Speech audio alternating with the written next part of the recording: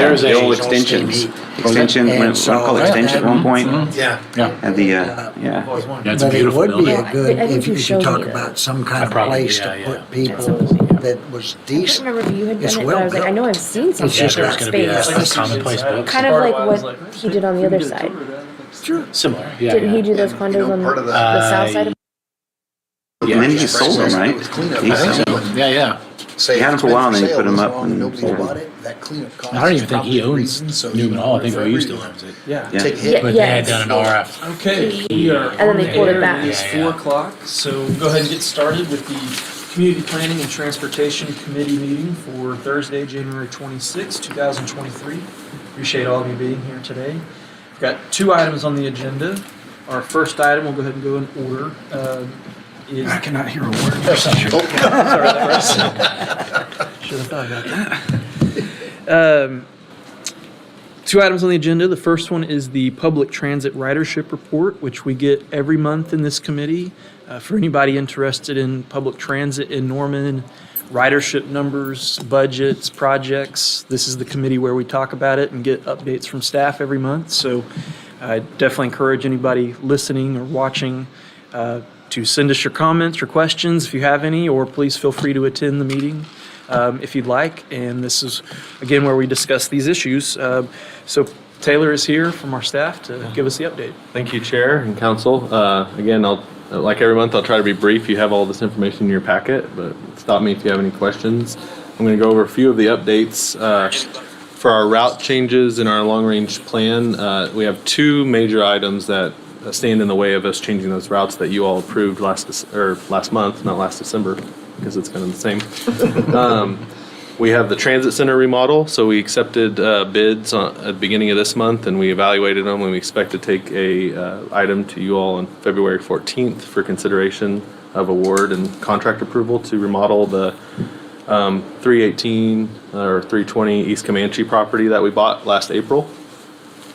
So that'll come to you soon. And then the other one is the bus route or the bus stop improvements of creating 80 new bus stops and discontinuing about 63 others variously around the city. So we're working on that internally with our engineering staff. Probably go out to bid with that. We did get an ACOG grant last year for about $120,000 to match with $40,000 city dollars to do those bus stop improvements. So we're happy to have those dollars to do this, but it takes a lot of planning and a lot of people at the table to get that done. Our contractor for shelters and things, Tyler Media, has to be at the table so that they know where to move their assets based on our needs and their needs, and just a lot of coordination going on. So Embark is also testing the routes and getting time schedules down, so that way we're ready to go with that. So still eyeing later this year for those route changes, hopeful for August, but that'll largely depend on the transit center remodel and the bus stop improvements. So we're working on those. For grants, we continue to work on our annual grant that we get. So we did submit some bus replacements that you all approved through a resolution last fall to the ACOG STBG funds. So we're waiting on words from ACOG for those. And then microtransit, we had a study session with everyone, with council, January 3rd, shortly after the holidays, and kind of came to a conclusion of going forth with our RFP, if you all remember that. Looking at turnkey microtransit service, late night, Monday through Saturday, and then Sunday during the day, which would be mostly new service that's outside of our normal operations. So we're pretty excited about that. We would go out to RFP for a provider to kind of help us hone in on a zone. It is a pilot, so we'd have to probably limit it in scope given the budget we have, but we're excited to go out to RFP for that. HNTB is still working with us on those, with that RFP language, so that should be coming out. Maybe the timeline loosely, maybe that you got in mind for Yeah. rolling that out. I think in the next month or two, we'll put out the RFP. Then we'll have about a month of evaluation. Select a contractor, you all have to approve it, and then I don't know what the implementation time would be, but they'd have to hire drivers, or buy vehicles. We're hoping, because they're in these markets, that they're able to do that more quickly than some of us can buying new vehicles.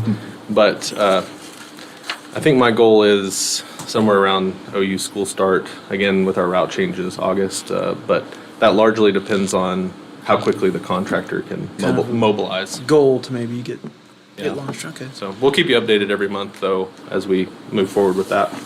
I did have someone made a comment on Facebook about requesting, when I posted about this meeting, that requesting a bus stop at Imhoff and Oakhurst, right by the actually right by the property we voted to go forward with the process the other night with.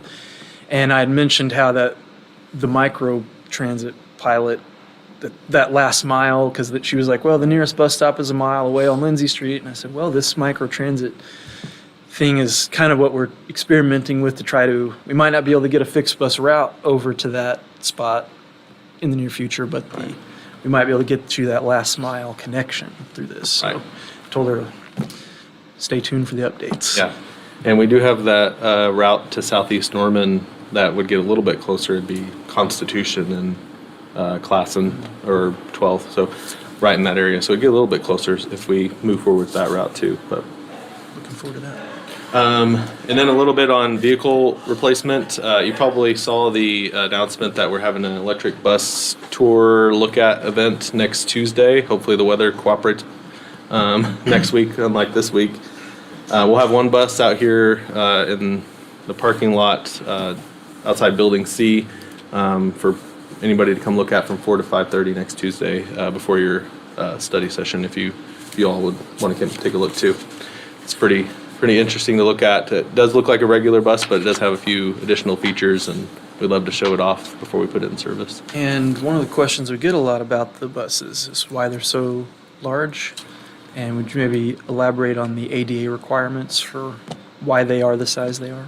Yeah, for one, the large size helps us with cost per passenger. We can fit more people on vehicles with one driver, one vehicle, so the costs kind of go down that way.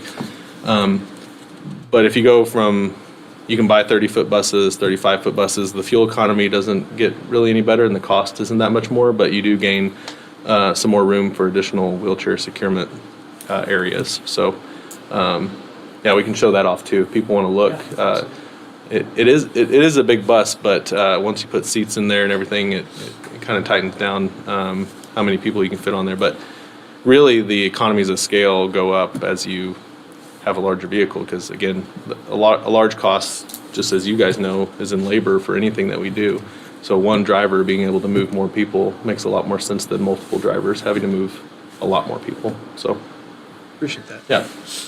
So that's our most recent vehicle procurement. That's almost through. We're pretty excited about our electric buses, and then we got a lot of procurements in the work too, as you can see in the report.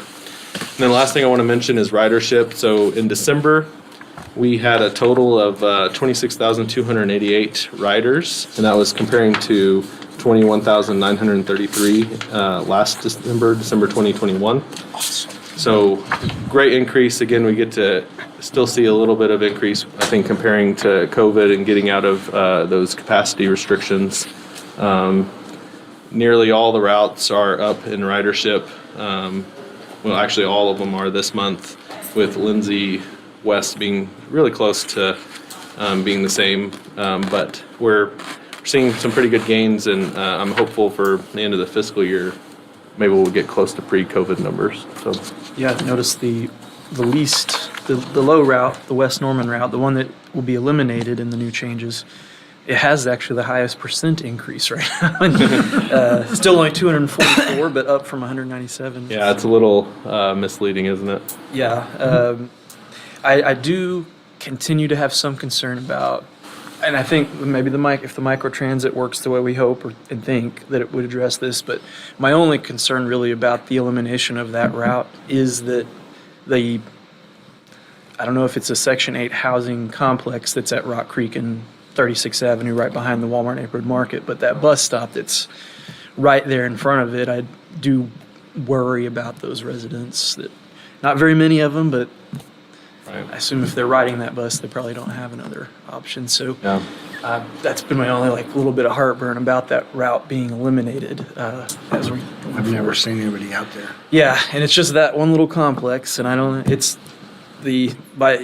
all the other routes have several thousand riders, and it's 200. So, Yeah. but that's just as we go forward. That's kind of the things I'm thinking about. We talked about this with the route changes. There were not a ton, but there were a few tough decisions we had to make, and unfortunately, that segment between the mall really and the Healthplex or Robinson and the Healthplex were really just not productive in terms of ridership. So Definitely understand. Yeah.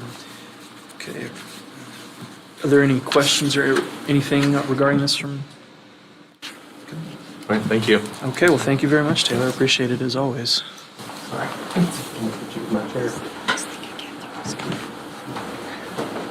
right, item number 2 on the agenda is a discussion regarding citywide park improvements. Looks like we have staff here at the presentation. Hello, I'm James Briggs. I'm the Park Development Manager. This is Bethany Grissom, our Park Planner. Jason apologizes he couldn't be here, our Park Director, and Veronica, our Rec Manager, was scheduled off today. So, we put together this presentation. It's kind of, from what I understand, kind of an update on how we've been doing and how we plan to keep going on both our Norman Forward projects and sort of the things that we're doing in our rec division as far as how we're trying to distribute our park improvements throughout the town. So, I think you got a packet that had this PowerPoint in it. If not, just real quick, we kind of aim everything we do in rec and parks towards trying to distribute as much as we can of the pie everywhere, because we have parks all over town. There's some in every ward. We have rec centers that we've had for years that we try and spread everything out as far as offering opportunities. The programming we do over the years has evolved. We certainly are trying to loop in as many differences in racial, ethnic, all sorts of minority considerations in what we do as far as programming. Bethany's going to talk more about parks. I'm going to talk more about the rec stuff in lieu of the rec division speaking on this. But they have continued to develop programming that takes advantage of the parks when they're there and then brings a park to a space if there's not one. It's sort of a mobile park system that we're starting to implement where we can just sort of pop up parks in places where we see a lack of providing that kind of opportunity. But we've done also a lot lately, and we're still working through all the feedback. We've done a study with Bloomberg. We did a parks needs assessment this last year. We've gotten a lot of data that we're starting to use to help us program and do the things we do. You're probably all aware. As far as recreation, we have the 6 rec centers, which does include Westwood. We loop that in. 4 cultural centers, that's what we're calling Sooner Theater, Firehouse, the Historic Museum, and Depot? the Depot. YFAC and Senior Wellness be coming online soon, so we'll add to that count. Certainly increase our rec opportunities, and even somewhat you want to call parks, because we have outdoor amenities as well. Those aren't necessarily your classic neighborhood park or regional park, but Griffin and Reeves are definitely part of what we're going to discuss here, where we've been, a huge part of Norman Forward is improving those facilities. They're getting close. Reeves is my project, so we are heading towards a ribbon cutting at some point for that. And Griffin is doing really well as far as going to grow in that all the soccer that we have left. And after this season, we'll have sort of the full use of all those fields, even though they'll be built and growing in this year. I have received some compliments on the baseball field. People have driven by Reeves and said this looks really nice. We're excited to use it. Wait till they see it in use this spring. It's a different world over there once we get all that charted. When the Boy Scouts came a few weeks ago, one of the things I had talked to them about was how we were, well, when I spoke to their pack one night, I had been talking for a while, and the thing that really got them to like brighten up was when I mentioned, and we're making improvements to Reeves Park. We're redoing all the baseball and softball fields. And they were like, what? And I was like, yeah, that's why, all this stuff is important. So it's been noticed, and I agree. It looks really nice. I'm excited to see it in use. Appreciate that. And James, that sidewalk project along Constitution all the way out to Class in 12, was that part of the Reeves project? Only the part that passed through Reeves Park. Got it. So we did help out with that one, and we've been working really well with their contractors. We had to not let them do part of that project because we were down to one lot as our construction road. So they've worked really well, Public Works and us, and as far as getting that built. So that should Almost open. all the way to the railroad tracks. I don't know how we on the control the project. BNSF Railroad and what their timing is, but hopefully it's all timed out with us. And that other Very part. carefully, right?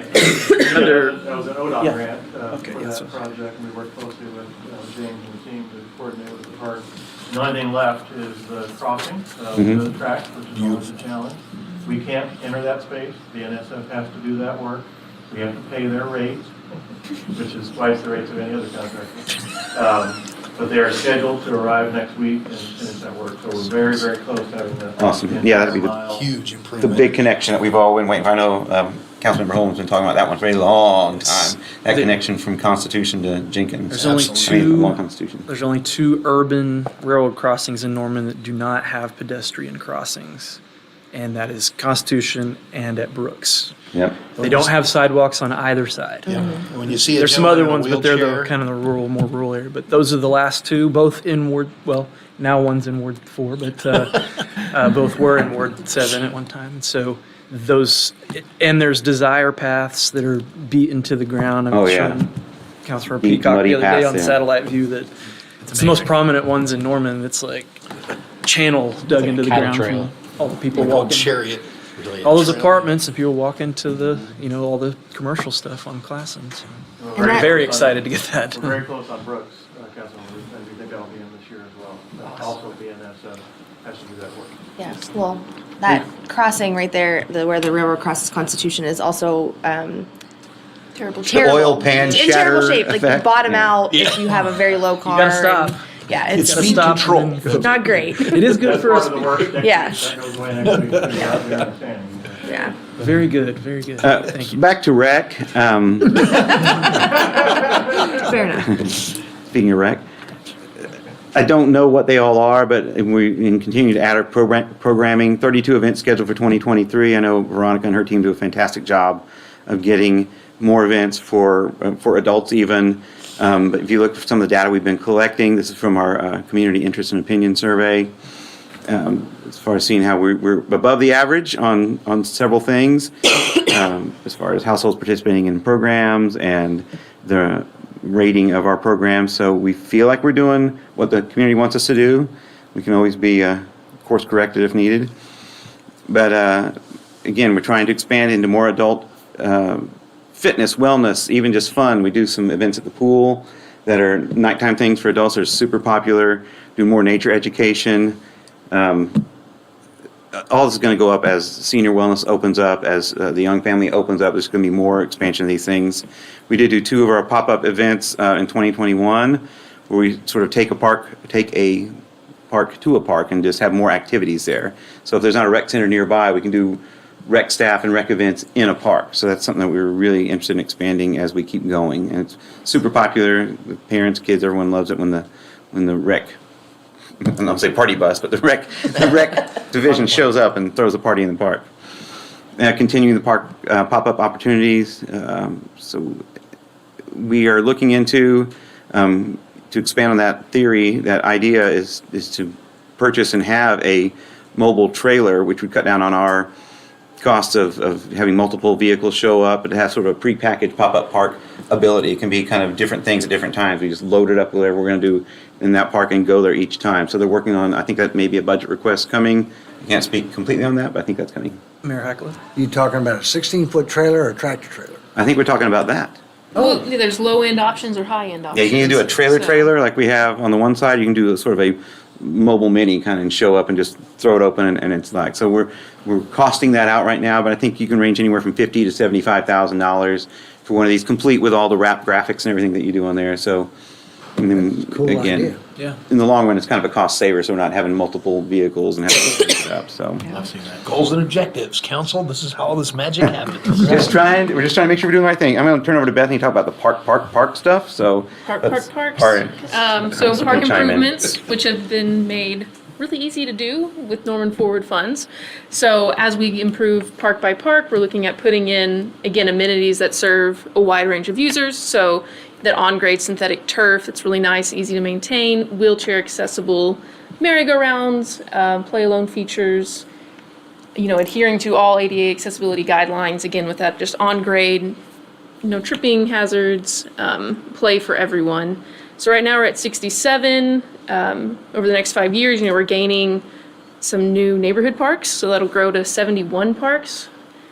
It's just arrow over, yeah. This is the most recently completed park out at Vineyard Park. Some of you may have been there for the ribbon cutting, but it can't see in the shadow. But there is a wheelchair accessible merry-go-round, and a large slide where a parent can go down with a child or friends can go down together. So just trying to expand the range of play opportunities. We don't have that slide anywhere else. Yeah.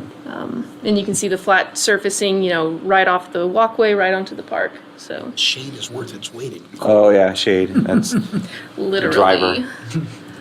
driver.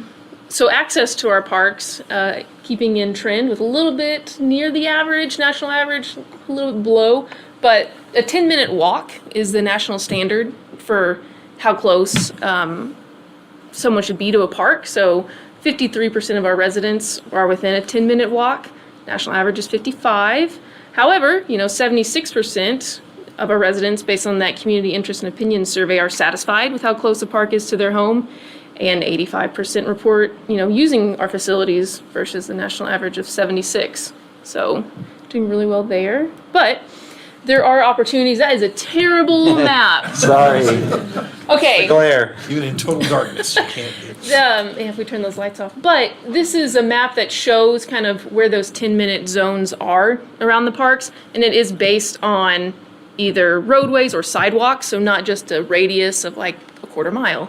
It's actually based on if I was going to walk it. So there are the dark purple areas. Okay, first off, the yellow Is this?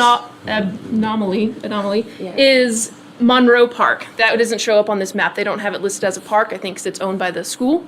So I added it, and so that yellow is actually the 10-minute walk for Monroe Park. But all the purple are those areas that are outside of the 10-minute walk. So there's just some opportunity to maybe put in a sidewalk and create access and take away some of that purple area. But, Councilmember Schuler. Sorry, I'm just looking at, I can see Monroe Park, but the rest of the purple is very concentrated in Ward 2. that is a lot of 1960 built housing where they didn't Yeah, allocate land for a park. Yeah. yeah. So there could be, cul-de-sacs there that prohibit, walking through a neighborhood to get to a park. I kind of looked at some of those areas and I was like, well, there's not really. I was like, are there opportunities? There's a little piece of land south of 9 over by the church that's probably never for sale that could be a park, but it's kind of hard to get into these neighborhoods that are fully built out and create parkland. So kind of the best we can offer is like either have our mobile park go to work out a partnership with somebody and show up with a pop-up park or keep looking for those small pieces, but we hate to have a whole bunch of quarter-acre parks all over. Those doesn't really help, and it doesn't really provide what we want to provide. So we'd rather get larger parcels, sort of our tradition. But yeah, that was totally the I don't want to say fault. It's the result of a incomplete park land acquisition policy back in the 60s, where we got a lot of ditches back then, but they weren't really parks. So we amended things, and we started, as the rest of the town built out, we got a lot of parkland by ordinance. Yeah. So you can kind of see as it has expanded, there's a good spacing just kind of going on where those actually overlap. That big area up by Griffin and Sutton, that's Norman High. So that's kind of going to be purple. North, yeah. Norman North. But yeah, so a really interesting map. I mean, I can send you the link. It's based on, the U.S. Census data. So. And the Trust for Public Land does a great job of mapping that. So. Yeah, interactive map. It's really great. I nerded out. So expanding access to parks, like I was saying, roads or sidewalks, like adding some access points where there are opportunities. And going back to that community interest and opinion survey, trails have they're ranked as the top priority and the highest unmet need by our residents. So maybe green trails to connect access to those parks. Okay, so Norman Forward projects, kind of shifting gears a little bit here to show the completed projects from 2017 to 2022. Currently, there are 38 parks east of the railroad tracks and 29 west of the railroad tracks. Made more sense to split the town up that way versus like I-35. Yeah, we discussed this, what do we call east-west? Because there's far east, which makes it super east. Yeah. But then I-35 isn't a true division because it's just a fact of there. So we went with the old school Railroad tracks tracks. thing. So that's how we broke it down. If you see east versus west throughout the rest of this presentation. And I did zoom in a little because you can't really see the pink parks where we've done improvements if I kept all of Ward 5 in there. Sorry, Falls Ward 5. Lakeview, we know it's out there. We know Falls Lakeview and Little Axe are out there. Cut it out. So all of the little pink dots, I've highlighted the parks in pink that we have done. So 13 on the east, 7 on the west. You can kind of see the percentage breakdown. And then here it is broken down by ward. So you can see in Ward 1, we did 2 out of 7 parks, for 29%. There are 2 wards that have a lot of parks, 14, 16, maybe even Ward 8 has 10. A big one. So yeah, versus, a couple wards only have 4 parks, but those are smaller. 50% more. 50%. So, the numbers, we're trying to spread it out and not concentrate improvements in one area or one ward. So that's kind of how it breaks down. And sometimes it's a fact, and she gets into this a little later, of sometimes parks in one ward don't need as many improvements. So we also did these in order of needs, outdated or dangerous equipment went first, and wherever that was, didn't matter what ward it was in. So some wards had parks we had improved recently that they're gonna make the end of the list to get Does this there. count in Ward 7? Is this counting Reeves Park as being done? Yes.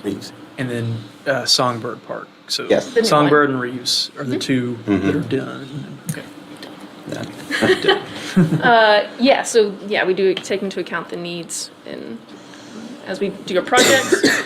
So for the next 5 years, these are the parks that we're going to be focusing on based on needs.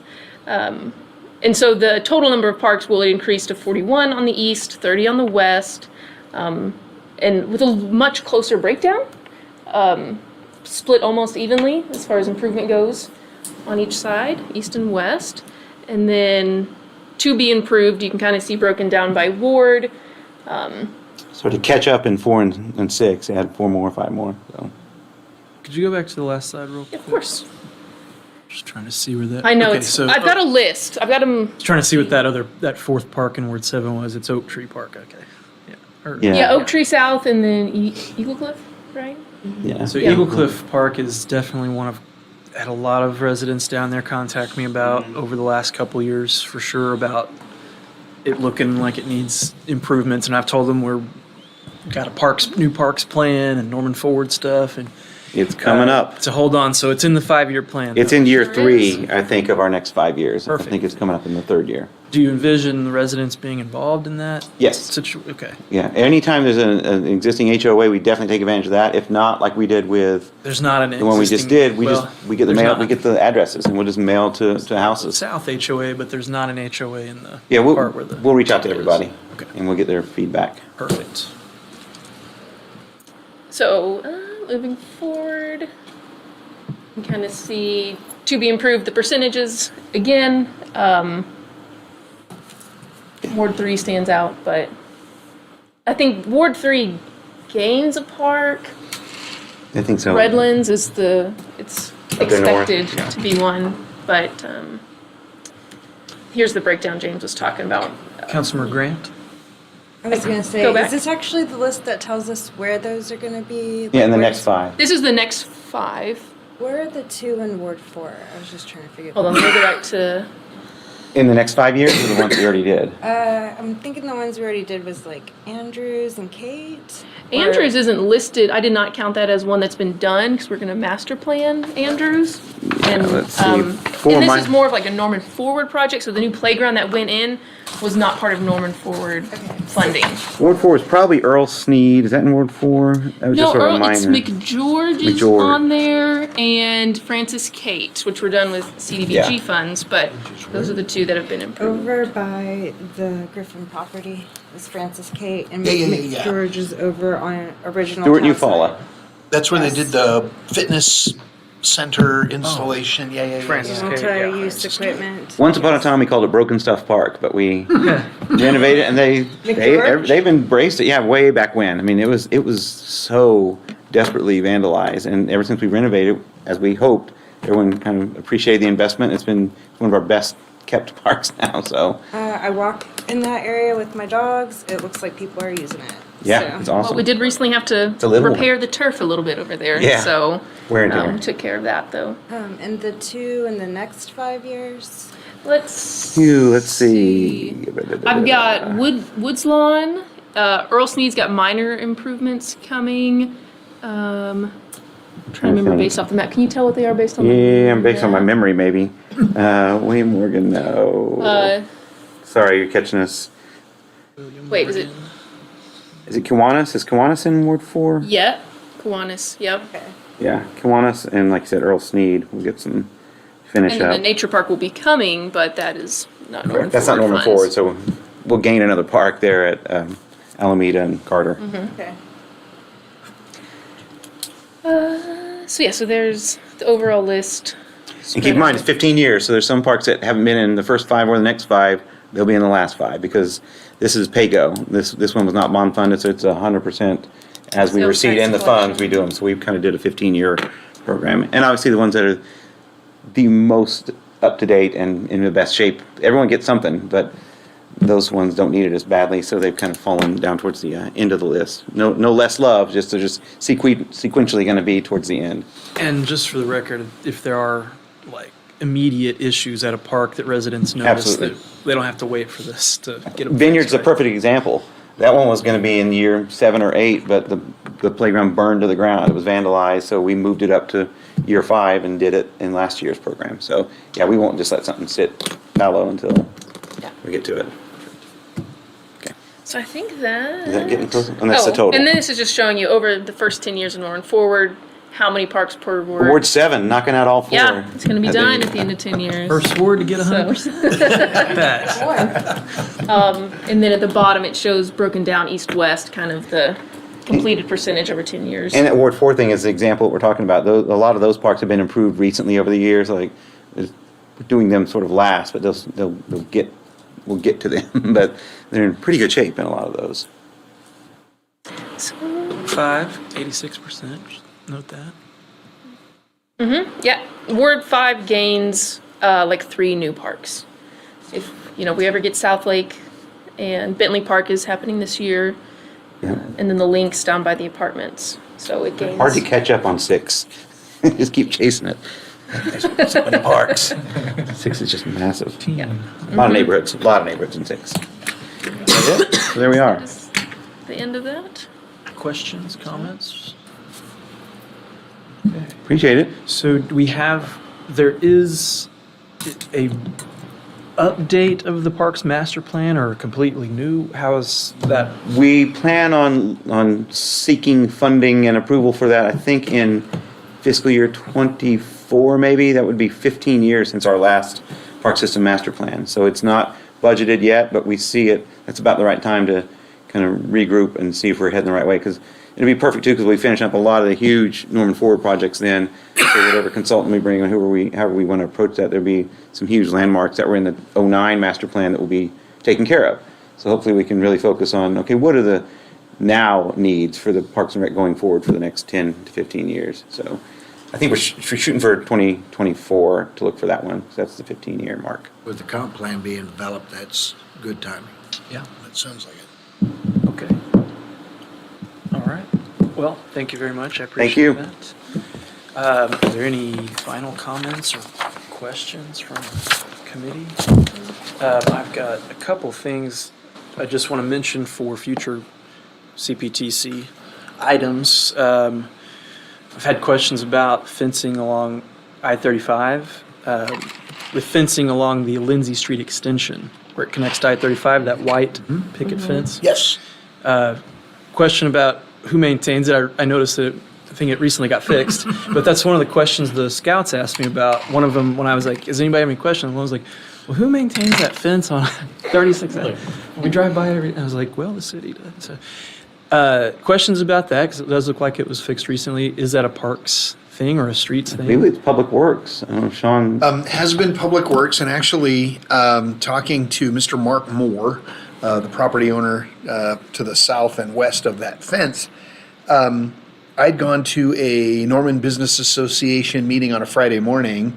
Mr. Ed Copeland said, "Hey, I noticed some of those pickets were broken. Can I put that on your radar screen?" And I said, "That's a good question. I'm not quite sure whose fence that is, but I'll find out." Well, the next morning I'm driving by and there's guys out there fixing the fence. And I thought, Ed's going to think we're geniuses. How did we do that? Come to find out it was Mark Moore's people, and he was taking down another section of fence he had of the same material. So he just told his guys, while you're dismantling it, just go replace all those. He said he doesn't think it's his fence. He thinks it's a city fence. That material's not readily available, so he said he'd save, when he dismantled the rest of the fence, he'd save all those pieces. But I do believe it is city responsibility. I've had a few people ask, and it's something I've observed myself, but so as a future item, fencing along I-35 in Norman, a lot of it is like old cattle fence from when it was still rural farmland, and especially in the UNP area, it's really noticeable. So I've had some people ask about, not to maybe copy what Moore has done in there with their fence, but a nicer looking as you're driving down I-35 in Norman. So that might be a future item staff can look into and we could talk about. I had someone ask about red light timers, countdown timers for red lights. I've never heard of that before, but I said I will Just tells you how much maybe time you got left. find something out about it. Yeah. And then the mowing along Classen and Cedar, basically not just in this area, but along a main arterial road, sometimes where the back fence of a neighborhood is. Oh, yeah. And then the sidewalk, and then there's Dead man's land back there. So I've had some folks with ADA ask specifically about Cedar Lane and Classen down there, because there's I forget the name of that neighborhood at the moment, but on the east side of Classen, but the house is back up, and the growth is That's South Lake Edition. yeah, there you go, South Lake. It is, yeah. The growth is like on the side, growing in the sidewalk. And Yeah. So I wasn't sure actually who was responsible for that. So We'll check that one, and it could be a case by case, depending on just where the fence lines got established, if they're on property lines or where the public easement ends. And we've seen, neighbors out there mowing the lawn because they just can't take it anymore. Some HOAs do account for that and contract to have that cared for, and others could be our responsibility, but we'll track that one down specifically and send out a communication to the council. So I had a question about that in one of the places that's like that. I think it's along Imhoff in Ward 2, and I was told that our ordinance states that property owners are responsible for maintaining right-of-way, not the city, so that we don't maintain right-of-way.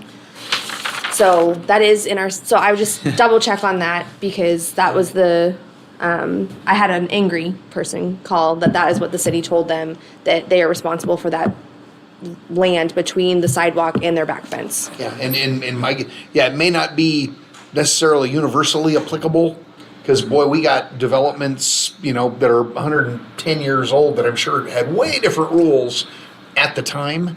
But when you think about how the evolution of neighborhoods have gone, all the houses always used to face the street, and the houses used to be real close to the street, and everybody took care of everything up to the street. It was kind of self-explanatory, and we decided we wanted to move cars faster. We face all the houses to the inside and, crank up the speed limit, and you ignore what's on the back side of the fence. So we'll check those two specifically and see if we can figure out what the rules are for those. Yeah, two I'm just saying we properties. might want to look at the ordinance. Yep. The alleys may be applicable to that too, because there are easements, but we've always had trouble maintaining them. And where do we cut down somebody's tree that they did, and it's in the right. That's a great topic to have, just so everybody understands this is the rules as they stand yeah, today. the back fence issue though, because I've had the same deal down at Eagle Cliff off 12th Avenue down there, because both neighborhoods, the fences back up to the street. So it's just a kind of an arterial street with fences.